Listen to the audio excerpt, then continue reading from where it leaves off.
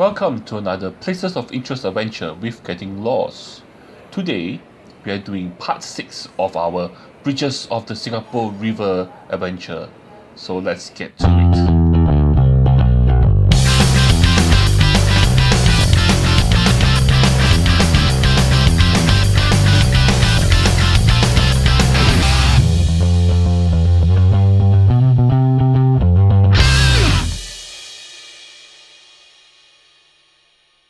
As you can remember from our part 5 of our Bridges of the Singapore River adventure, we were actually at Coleman Bridge, and this is the old Hill Street police station, and after that Fort Canning Park. But today we'll be looking at Clarke Quay and the Reed Bridge. So,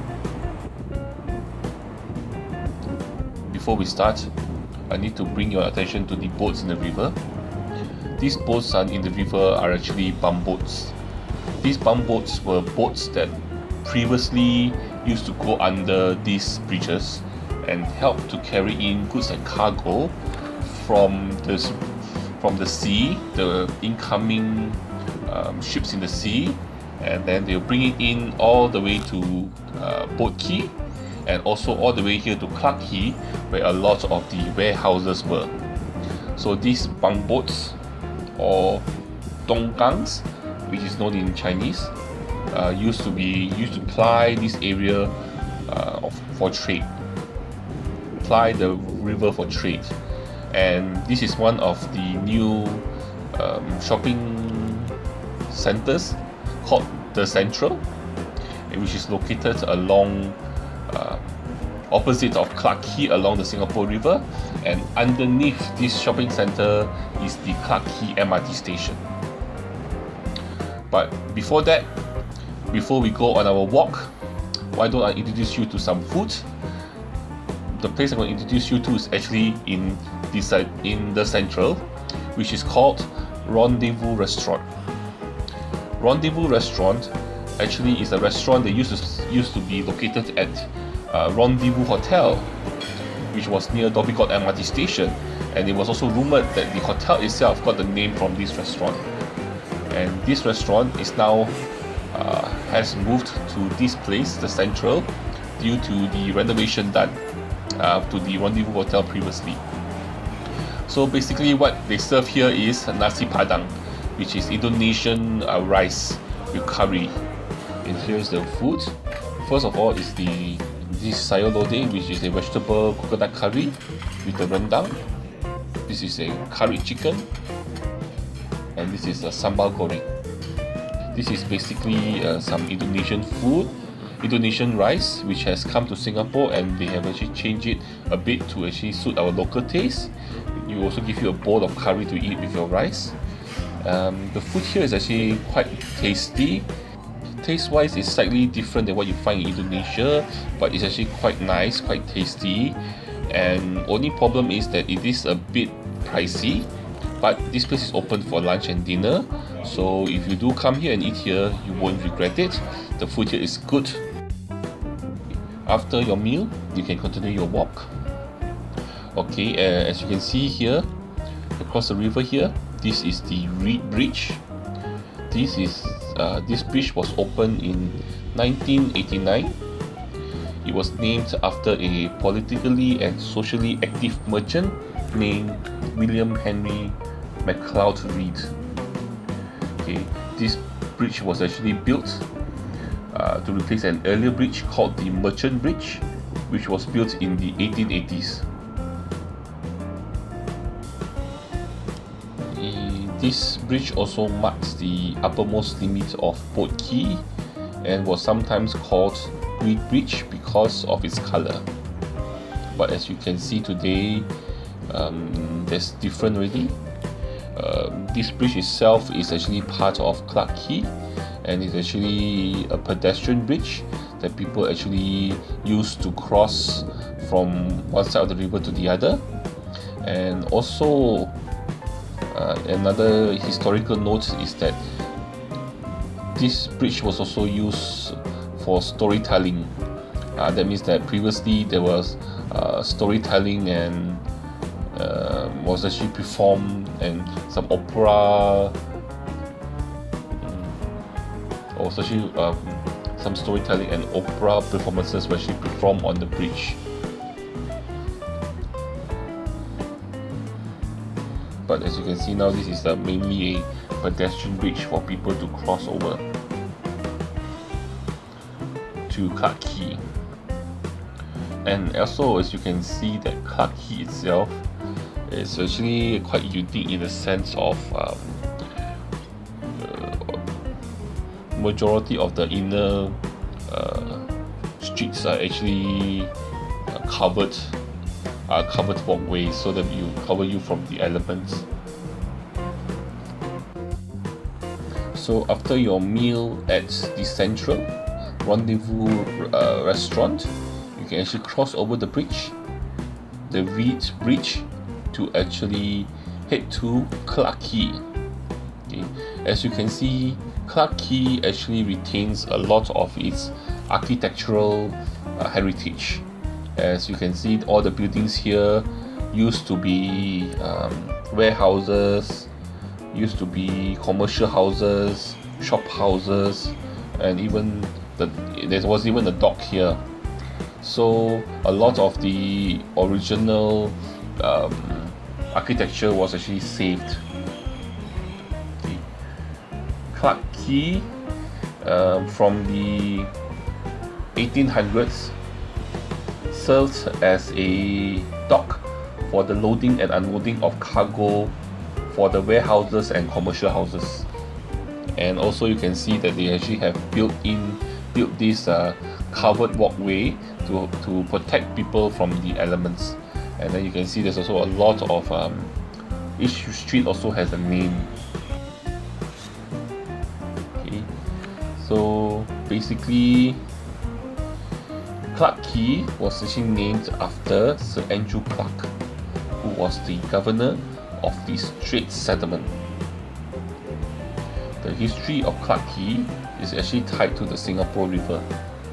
Once, the Singapore River used to be a major transshipment zone and a conduit for trade.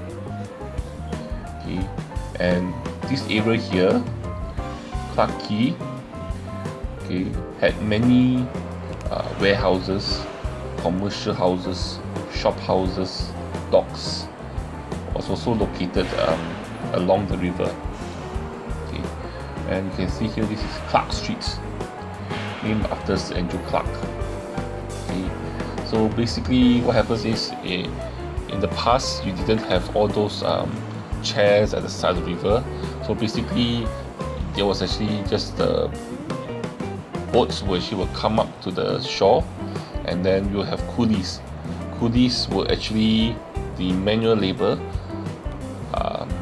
of the industry here, and they will actually go onto the boats, these tongkangs or bumboats, or even the smaller boats, and they will actually unload the cargo and then move them to the warehouses for storage or distribution. And then some of these places also these shop houses, this is Canning Lane. There was also pineapple canning facility and in this area previously. That's why there's a name for Canning. Okay, anyway, so you had shop houses. So basically the lower floor of the shop houses normally would be the shop or the trading offices, and then the upper levels upstairs were actually the living quarters for the coolies, or the workers. So this is how it was usually last time. Okay, and in 1989, this area here was designated as a heritage conservation area, and so because of that, they actually conserve the architecture of the buildings, and as you can see, the building itself retained many of the original moldings and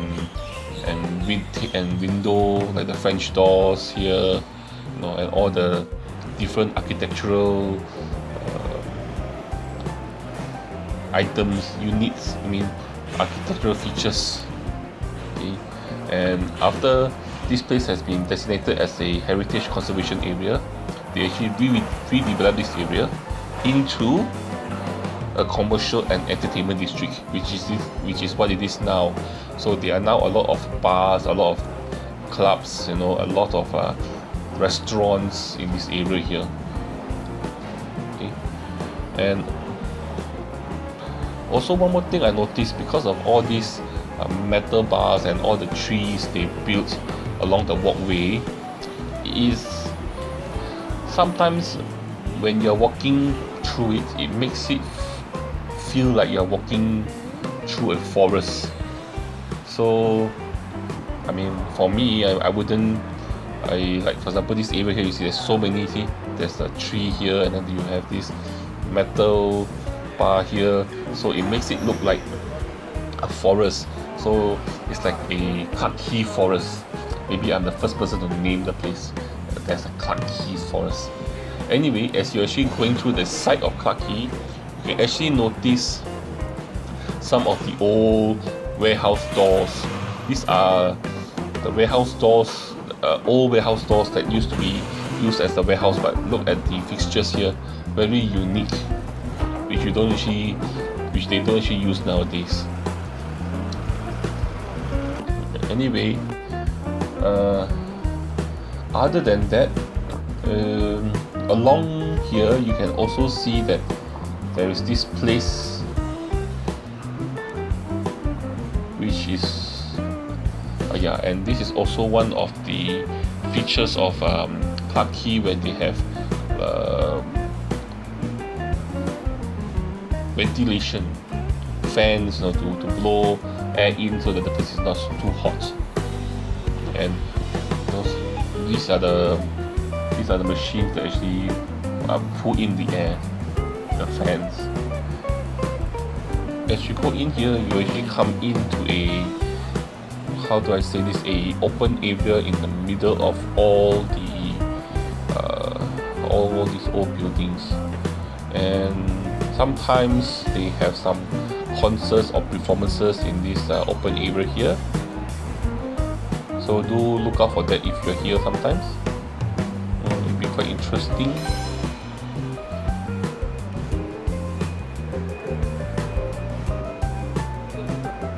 And also, if you're actually walking along the river, you'll notice a building which is quite unique, because it is one of the two surviving traditional Chinese mansions in Singapore.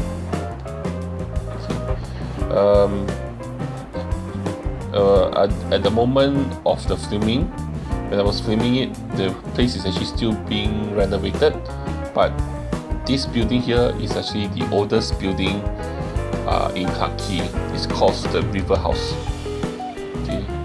This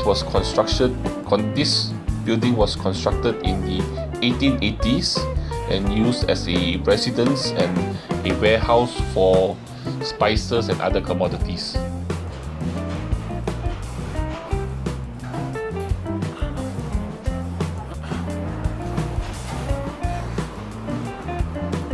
As we are heading out to one of the exits and the original gates of Clarke Quay, you can actually see Liang Court. Liang Court is actually a small shopping center that you can call it something like a little Tokyo in Singapore, because it has a lot of stalls, a lot of shops that actually cater to the Japanese expatriate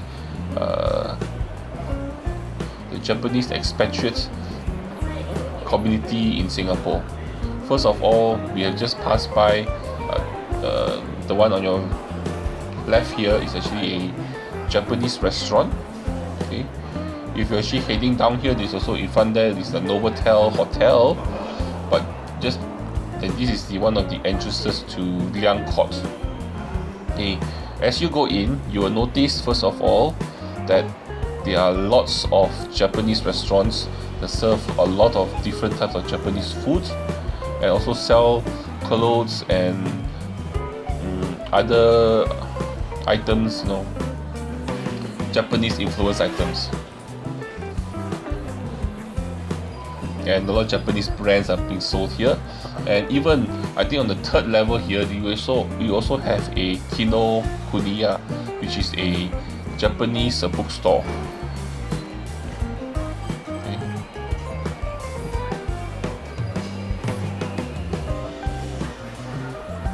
So this is a good place for you to come.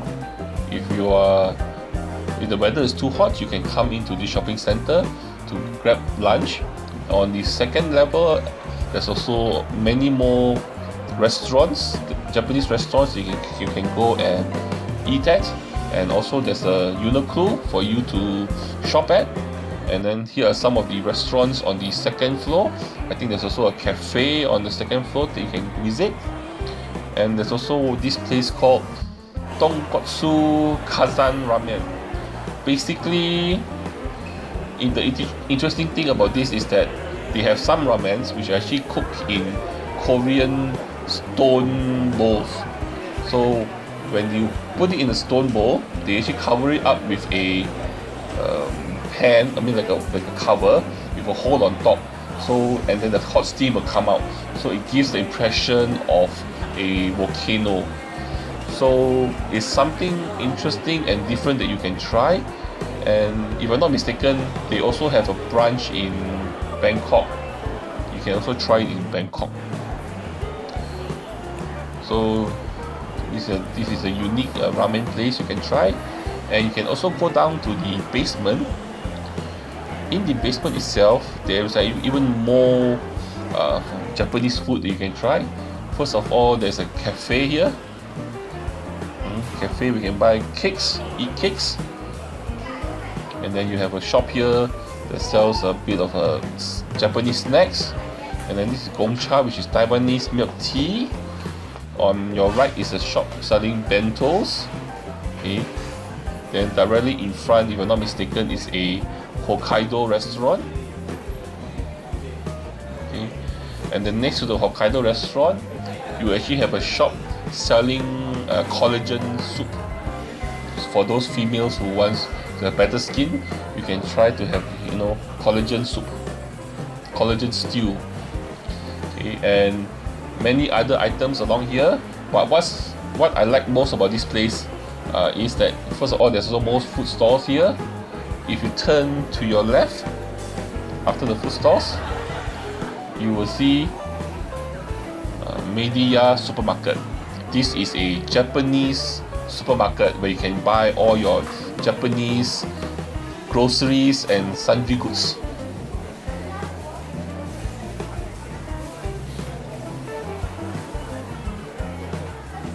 And so here we come to the end of part 6.